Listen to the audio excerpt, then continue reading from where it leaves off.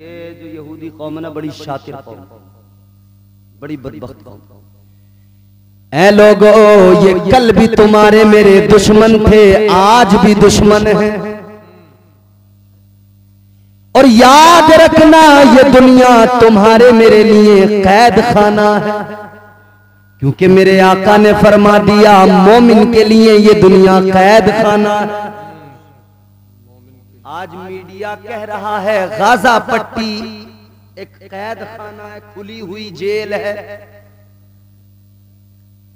Gaza को खुली jail बताने वालों, तुम आज बता रहे हो।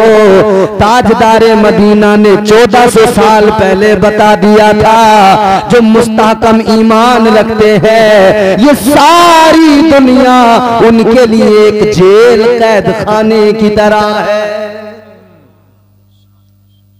मगर आप देखें, एक आपको बड़ी हैरान कुन बात सुनने को मिलेगी।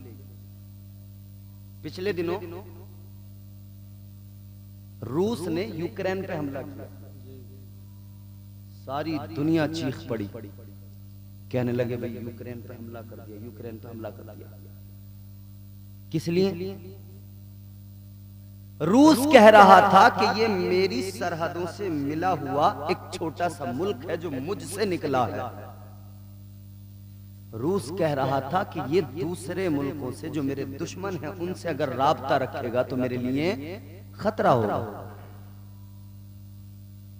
यूक्रेन भी लड़ने लगा, सपोर्ट में अमेरिका आ गया, नेटो आ गया।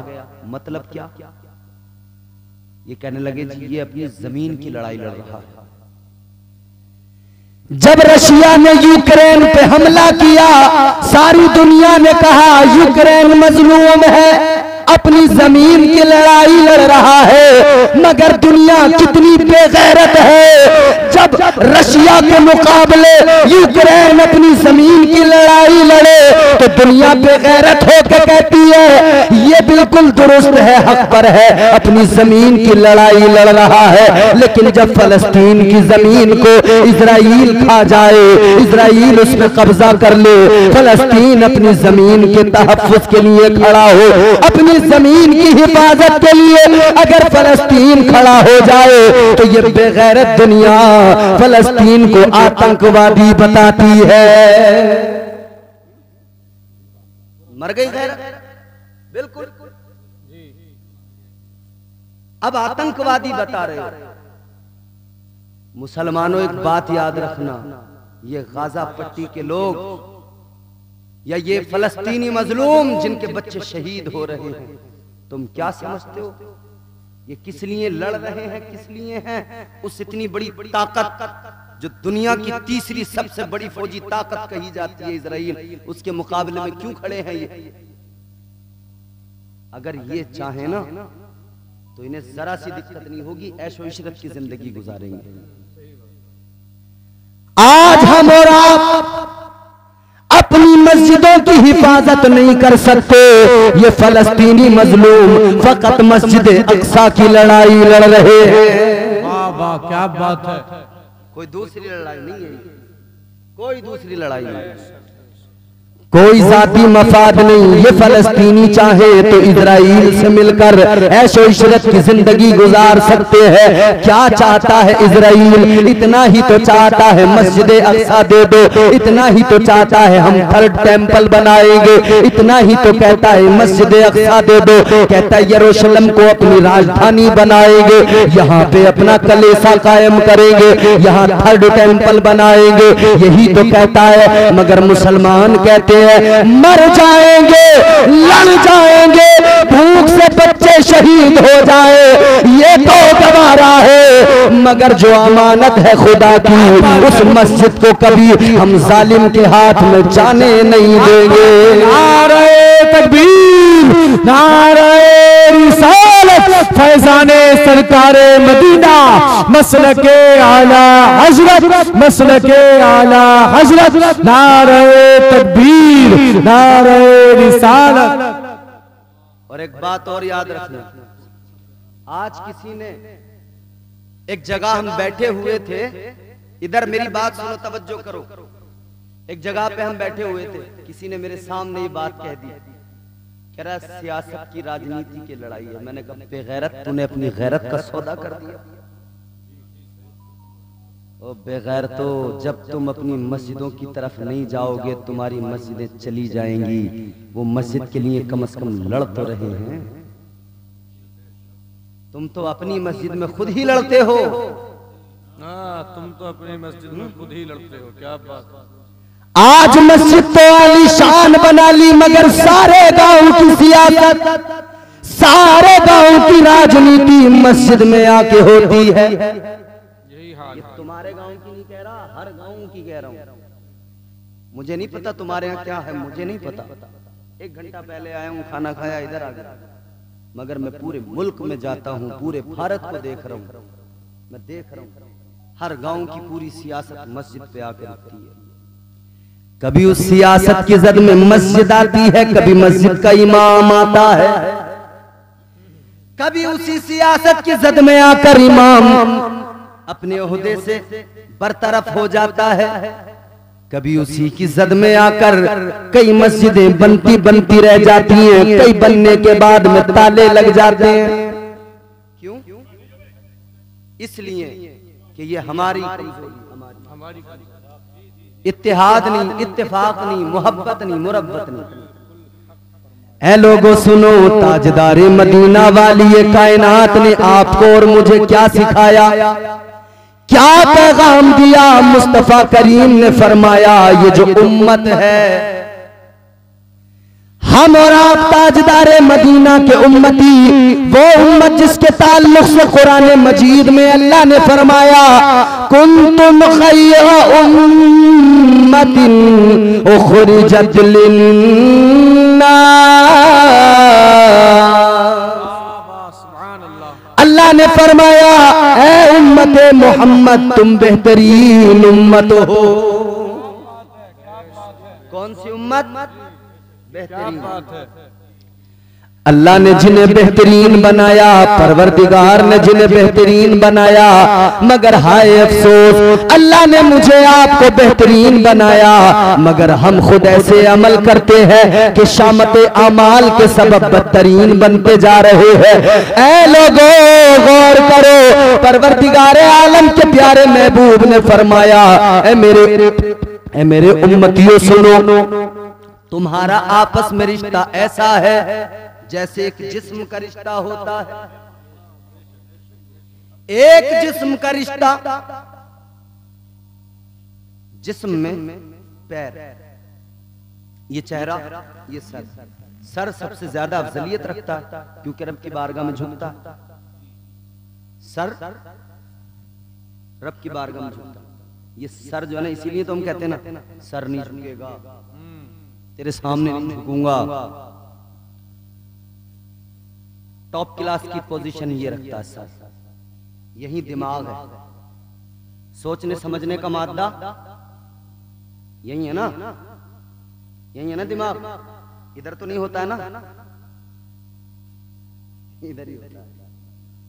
समझदार बाग लोगों का होता है इधर, नहीं होता तो इधर ही है, मगर वो इधर से काम नहीं लेते, इधर से काम लेते। दिमाग क्या है? सोचने समझने की सलाहियत, अच्छे बुरे में फर्क करना, तमीज करना। अल्लाह ने तुम्हें सलीमुल अक्ल बना दिया, अक्ल से नवाज दिया, दिमाग अता कर दिया। ये दिमागी तो बताता है ये अच्छा है, ये बुरा है।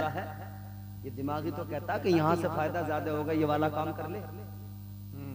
ये अच्छा दिमाग जो है ना, हजरत शेख सादी अलैहिर्रहमा फरमाते हैं,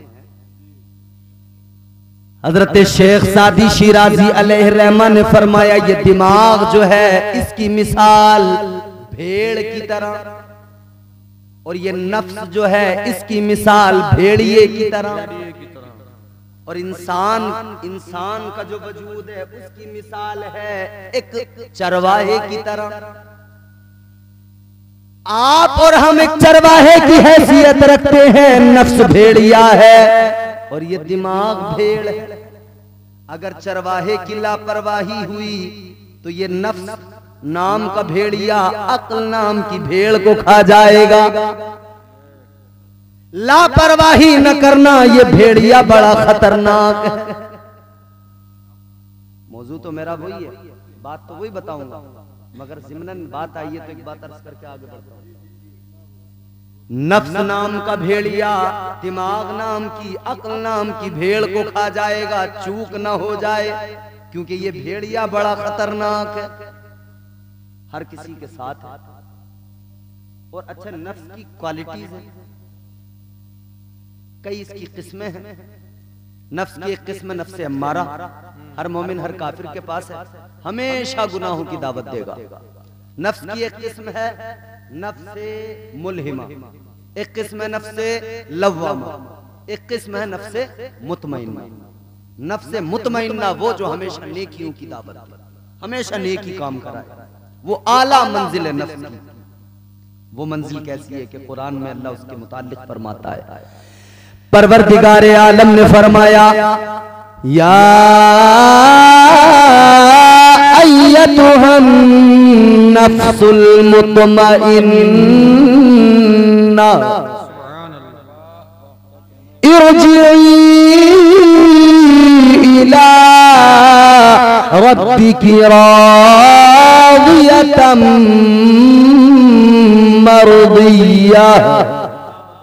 अल्लाह ने फरमाया, ऐ इत्मीनान वाली जान, अपने रब की बारगाह में, अपने रब के हुजूर इस तरह वापस लौट कि रब तुझसे राजी हो, तू रब से राजी हो। क्या बात है।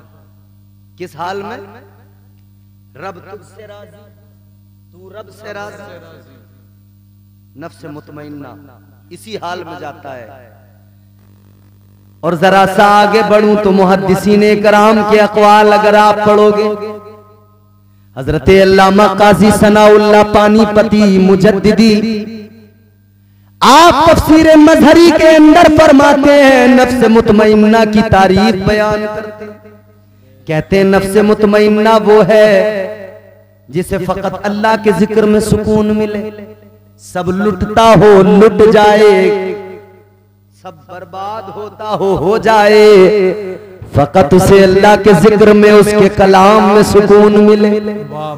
हमने कहा चलो जरा तलाश करें कौन है ऐसी जात जो वाकई नफ्स मुतमइन्ना का पैकर है कि जिसका सब लुटे तो लुट जाए, उसे जिक्र खुदा से सुकून मिले, अल्लाह के कलाम से सुकून मिले। आज हमारे घर में किसी का इंतकाल हो जाए, हम कपड़े फाड़ने लगते हैं, हम बाल नोचने लगते हैं, हम बयान कर कर के रोने लगते हैं, हम बावेला करने लगते हैं, अल्लाह को भूल जाते हैं। ऐ लोगों सुनो सुनो, मगर कुरान के अकॉर्डिंग हजरत अल्लामा काजी सनाउल्लाह पानीपती आप फरमाते हैं, सब लुट जाए, सब कुछ छिन जाए, फिर भी अल्लाह के जिक्र में सुकून मिले। एक जात नजर आती है कि जब उससे उसका प्यारा मदीना जहां बचपन गुजरा वो छीना, मदीना छूटा, तब भी उसने अल्लाह का जिक्र किया, उसे उसी में सुकून मिला। जब वो मक्का पहुंच गया, मक्का पहुंचकर फिर आखिर वो वक्त आया कि उस जाते वाला को मक्का भी छोड़ना पड़ा, मगर फिर भी उसने कुरान पढ़ा, फिर भी उसे कुरान पढ़ के सुकून मिला। वो मक्का छोड़ के चला गया, वो करबला में गया, करबला में खैमे लगाए, जब मेखे गाड़ी गई, खून जमीन से निकल के आया, फिर भी उसने कुरान पढ़ा, फिर भी अल्लाह का जिक्र किया। फिर आगे तीन दिन ऐसे गुजरे, 7 मुहर्रमुल हराम से लेकर 10 मुहर्रमुल हराम तक इम्तिहानात है, आजमाइशें है, आजमाइशों का दौर चला, पानी भी बंद हो गया, खाना भी बंद हो गया, मगर फिर भी सब्र किया, अल्लाह का जिक्र किया, कुरान की तिलावत की, अल्लाह के जिक्र में उसे सुकून मिलता चला गया। फिर वो वक्त भी आया 10 मुहर्रमुल हराम, क़यामत सुगरा। ऐ लोगों, फिर वो वक्त आया कि रुफ़क़ा जामे शहादत नोश कर गए, अजीज जामे शहादत नोश कर गए, अपने भाई जामे शहादत नोश कर गए। वो वक्त भी आया, अब्बास के बाजू दरिया पे कट गए, फिर भी उन्होंने कुरान पढ़ा। फिर वो वक्त भी आया, बेटा अपना जवान अली अकबर चला गया, फिर भी कुरान की तिलावत की, फिर भी अल्लाह का जिक्र किया। फिर वो वक्त आया 6 माह का बेटा असगर, वो भी कुर्बान हो गया, वो भी शहीद हो गया, फिर भी अल्लाह का जिक्र किया, फिर भी कुरान की तिलावत की। आगे बढ़ो, फिर वो वक्त भी आया भाई की निशानी कासिम का शबाब खाको खून में तड़पता नजर आया, फिर भी अल्लाह का जिक्र किया, फिर भी कुरान की तिलावत से सुकून मिला। फिर वो वक्त भी आया कि अपना भी सर सजदे में रख दिया। इधर देखो और जुमला सुनो, अपना भी सर सजदे में रख दिया, सर सजदे में रखा, सर कट गया, जामे शहादत नोश कर लिया। लेकिन अल्लाह ने अजमतों को बुलंद कर दिया, इज्जतों को बढ़ा दिया।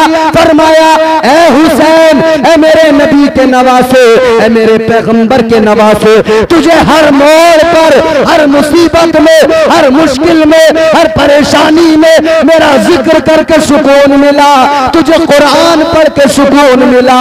तो रब का करम भी देख ले, सर तेरा कट गया, नेज़े पे तो चढ़ गया, मगर तेरे रब ने तेरी जबान पे कुरान को जारी कर दिया है। नारे तकबीर, नारे रिसालत, फैज़ाने सरकारे मदीना, मसलके आला हजरत उलमाए अहले सुन्नत, नारे तकबीर, नारे रिसालत। जवाब नहीं भाई, जवाब नहीं। बहुत अच्छा। अरे आपको भी कुछ समझ में आ रहा नहीं? अल्लाह का शुक्र है तुम्हें समझ में आ रहा। ऐसे समझदार लोग भी बड़े कम मिलते हैं। अल्लाह तुम्हें सलामत रखे। जोर से बोलो सुभान अल्लाह। और गूंगे हो तो बिल्कुल मत बोलो। खुदा का शुक्र है। देखो माशाअल्लाह, जो तौर है दुनिया का उसी तौर से बोलो, बहरों का इलाका है जरा जोर से बोलो। वाह वाह वाह वाह वाह, क्या बात है। बहुत जोर से बोले भाई, क्या ठिकाने। अभी प्रधान जी होते यहाँ पे और वो कह देते जी विधायक साहब आ रहे, एक नारा लगा दो, एक के ऊपर एक चढ़ा हुआ मिलता, नारा तनातन लगा रहे होते, विधायक जी जिंदाबाद, प्रधान जी जिंदाबाद। माशाअल्लाह।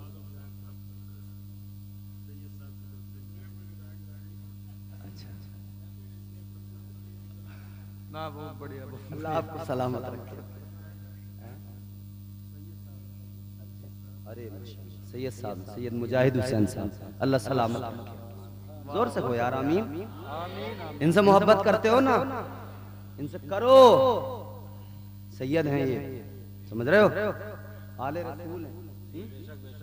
और एक बात याद रखना, सैयदों की ताजीम सुन्नियों के खून के अंदर है, ये हमारे खमीर के अंदर है। हम जिस नबी का जिक्र कर रहे हैं, जिस नबी की अजमतों की बात कर रहे हैं, उसी नबी के नवासे, उसी नबी के खानदान का नाम तो है ना ये, उसी नबी के तो खानदान वाले हैं। हम सुन्नियों का ऐलान है, हम चमन और फूल वाले हैं, सुन्नतों के उसूल वाले हैं।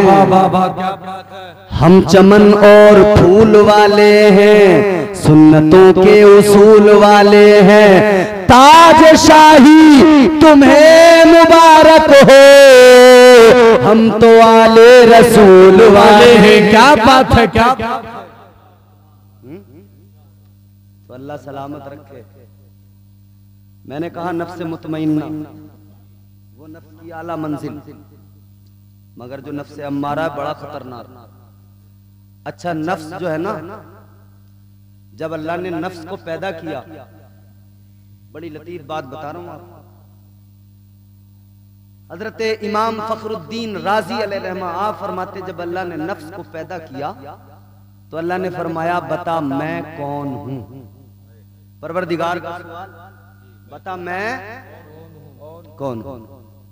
अल्लाह ने सवाल कर दिया, बता मैं कौन। मगर क्या जवाब दिया इसने?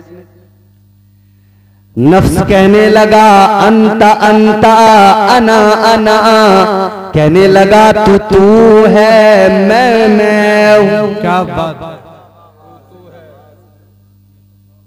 क्या? तू है मैं। यारो आज तो समझ में आ ही जाना चाहिए, इंसान जो मैं करता है ये उसका नफ्स उससे कहलवाता है। हाँ, उसका नफ्स उससे कहलवाता है। कोई कहे कि मौलाना सदाकत साहब बड़े अच्छे आदमी हैं, तो जवाब क्या होगा? हाँ होंगे, मैं हूं। हम क्या किसी से कम हैं? हर आदमी का जवाब ये, क्योंकि ये गुरूर है, तकब्बुर है, ये अनानियत जो पैदा होती है।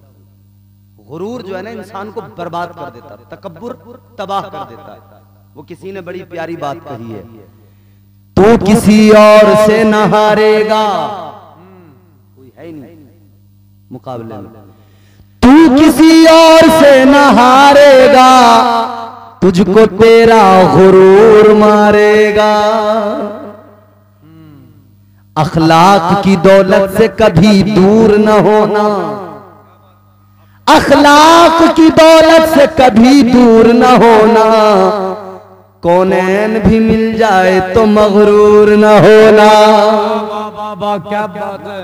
कौनैन भी मिल जाए तो मगरूर ना होना। अकड़ना नहीं, अकड़ने के चक्कर में तो वो बर्बाद हो गया जिसने बड़े सजदे किए। अल्लाह ने लानत का तौब गले में डाला, शैतान बनाया, फरमाया निकल दफा हो जा।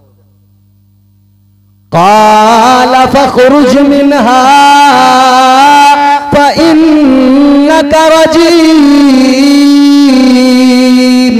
व इन्ना अलैका लानत इला यौमिद्दीन।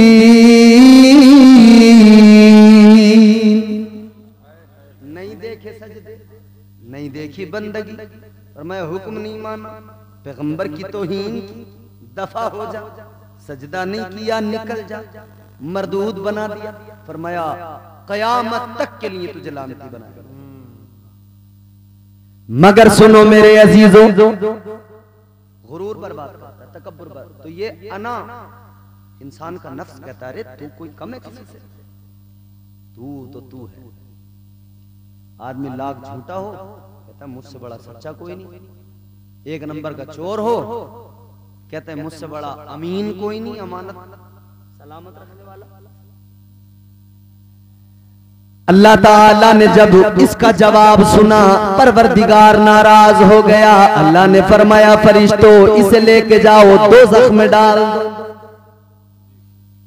कितना वक्त दोज़ख में रखा गया? सूफिया फरमाते हैं साल 2 साल नहीं, पूरे 300 साल। अल्लाह, 300 साल तक दोज़ख में रखा गया, अजाब दिया गया, फिर निकाला गया। फिर अल्लाह की बारगाह में फरिश्तों ने पेश किया। अल्लाह ने फिर वही सवाल किया। परवरदिगार ने फरमाया बता मैं कौन हूँ? कहने लगा अंता अंता अना अना। कहने लगा तू है, मैं हूँ। 300 साल का अजाब, जवाब नहीं बदला साहब। नफ्स को क्या समझते हो तुम? आदमी वैसी आके मस्जिद में शोर करता। नफ्स बड़ी खतरनाक चीज है मियां। अच्छा वैसी भाई का हिस्सा मारता, जमीन मारता, तो वैसी मेंढ काटने लग जाता आदमी। ये बड़ी खतरनाक चीज है। भेड़िया है ये नहीं छोड़ेगा भेड़िया, इससे बचने की जरूरत है। 300 साल का अजाब दिया गया मगर जवाब नहीं बदला। फिर अल्लाह ने हुक्म दिया लेके जाओ। फिर दोज़ख में डाल दिया गया। फिर दोज़ख के अंदर 300 साल अजाब दिया गया।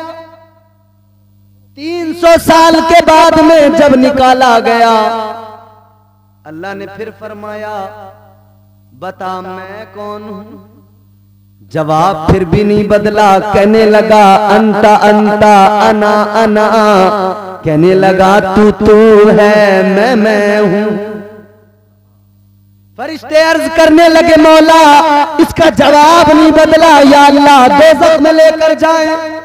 अल्लाह ने फरमाया नहीं। या अल्लाह किस लिए? परवरदिगार ने फरमाया दोज़ख में लेके जाओगे, अजाब दोगे, इसका जवाब नहीं बदलेगा।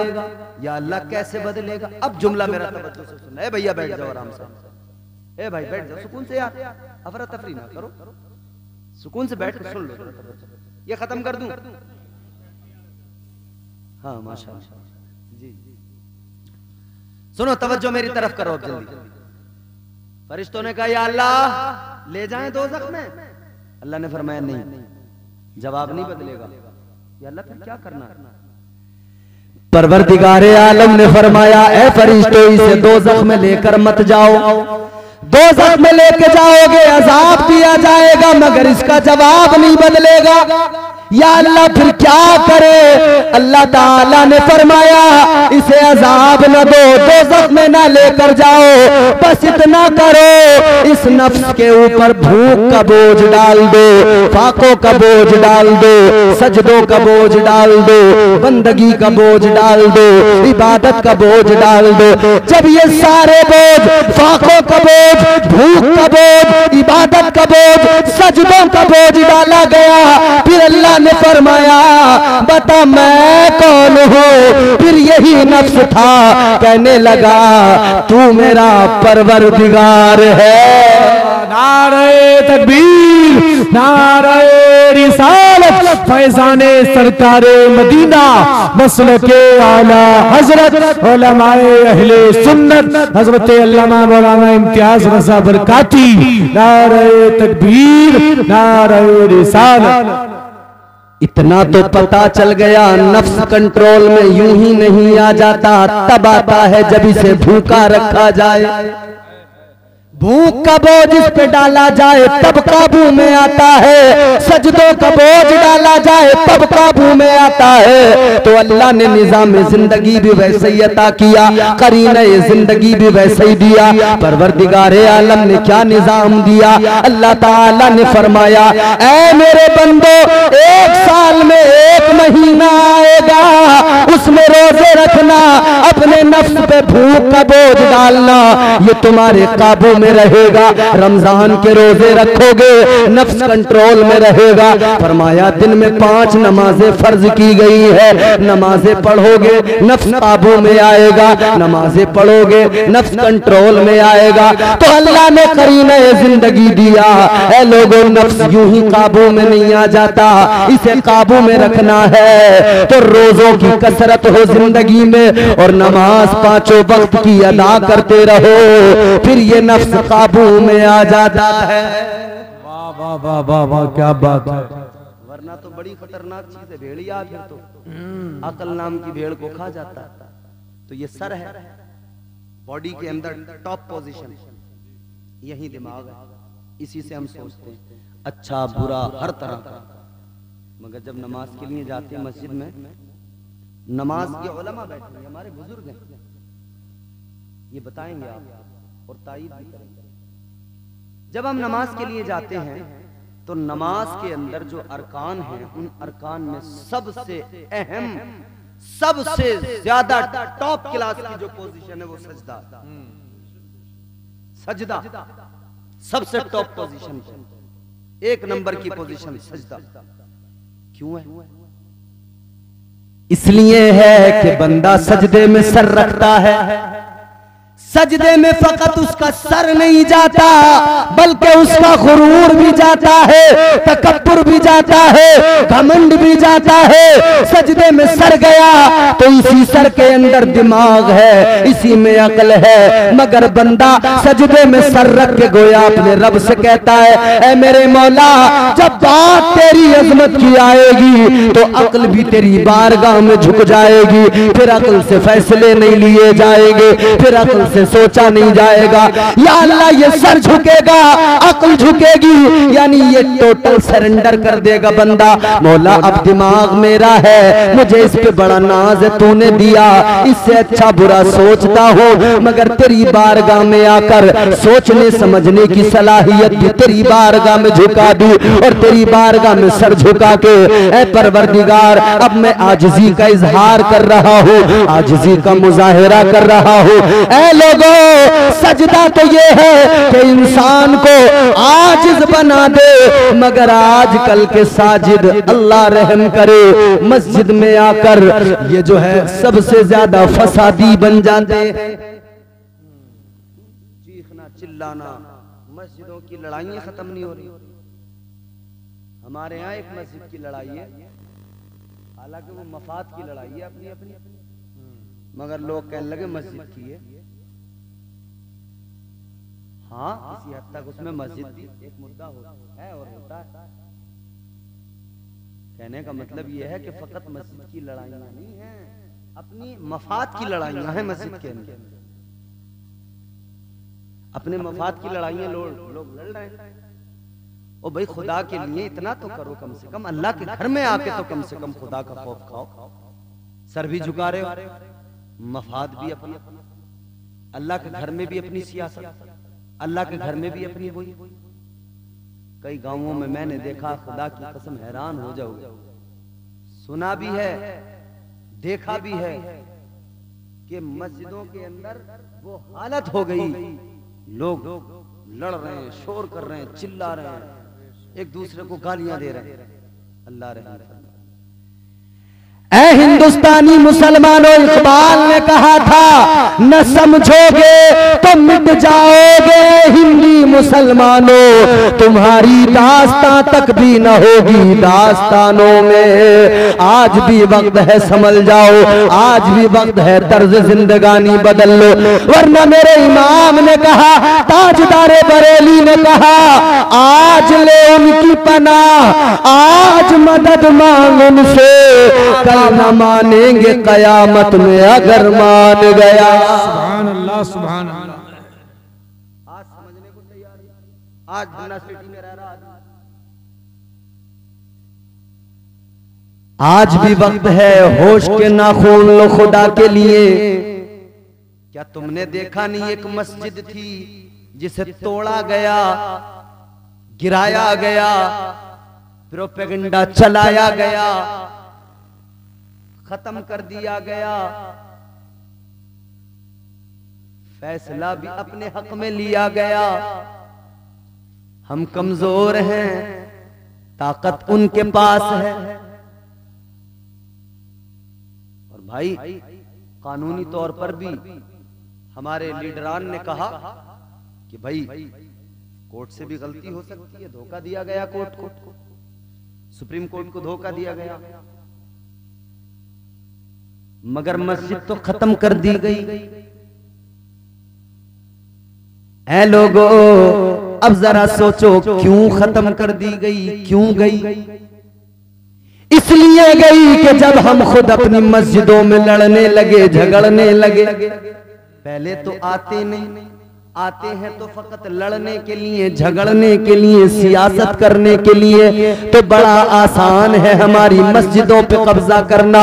इजराइल भी समझता था फलस्तीनी कमजोर है, यूं ही मस्जिद पे कब्जा कर लूंगा, लेकिन फलस्तीनियों ने सारी दुनिया को बता दिया, और इस्लामी 57 ममालिक हैं उन्हें भी बता दिया, तुम मसलहत देखो, तुम हुकूमत देखो, तुम इक़्तिदार देखो, मगर हम बैतुल मुक़द्दस के मुहाफिज हैं, हम कुर्बानियां देंगे। मगर रसूलुल्लाह सल्लल्लाहु तआला अलैहि वसल्लम ने जिस मस्जिद में नमाज अंबिया को पढ़ाई है, हम जान देकर भी उस मस्जिद की हिफाजत करते रहेंगे। बाबा नारे तकबीर, नारे रिसालत, फैजाने सरकारे मदीना, मसलके आला हजरत, नारे तकबीर, नारे रिसालत। अब देखो, मैंने कहा हम मुसलमान हैं, दुनिया हमारे लिए कैद खाना, सारे के सारे मंसूबा बंदी करने लगे। यूक्रेन पे हमला हुआ तो सारे उसे मजलूम कह रहे थे। जिस फलस्तीन की सारी जमीन को खा गया इजराइल, जब हिटलर ने मारा था ना, किसी ने पनाह नहीं दी थी। ये दुनिया बड़ी जालिम है,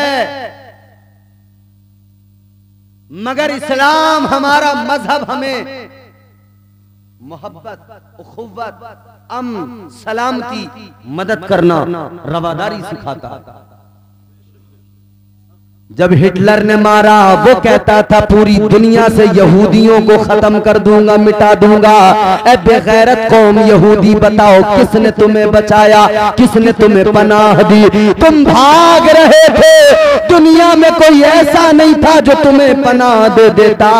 यही फलस्तीनी मुसलमान थे, इन्होंने तुम पर रहम किया, इन्हें तुम पर तरस आ गया, इन्होंने तुम्हें अपने मुल्क के अंदर दाखिल होने दिया। मगर तुम से बेगैरत निकले उसी मुल्क के अंदर जिसने तुम्हें पनाह दी, जब तुम्हें कोई अपनाने वाला नहीं था, जब तुम्हें दुनिया मार रही थी। जिन्होंने तुम्हें बचाया, जिन्होंने तुम पे एहसान किया, तुम उन्हीं लोगों के जान के दुश्मन बन गए। भूल गए एहसान, क्योंकि ये बदबख्त कौम है ही ऐसी। मगर ये क्या समझती है दुनिया, खत्म कर देंगे, मिटा देंगे, क्या समझते हैं? कुर्बानियां तो इस्लाम मांगता है, हर दौर में कुर्बानियां मांगी है इस्लाम ने, कुर्बानियां दी हैं हमने, हमारे अकाबिर ने दी, अकाबिरीन ने कुर्बानियां दी। जब 313 थे तब भी खड़े हो गए थे, भरोसा किसी पे नहीं किया, फकत अल्लाह की जात पे भरोसा किया। आज भी जहां भी है दुनिया के जिस खित्ते में है, भरोसा किसी पे नहीं करते, फकत अल्लाह की जात पे भरोसा करते।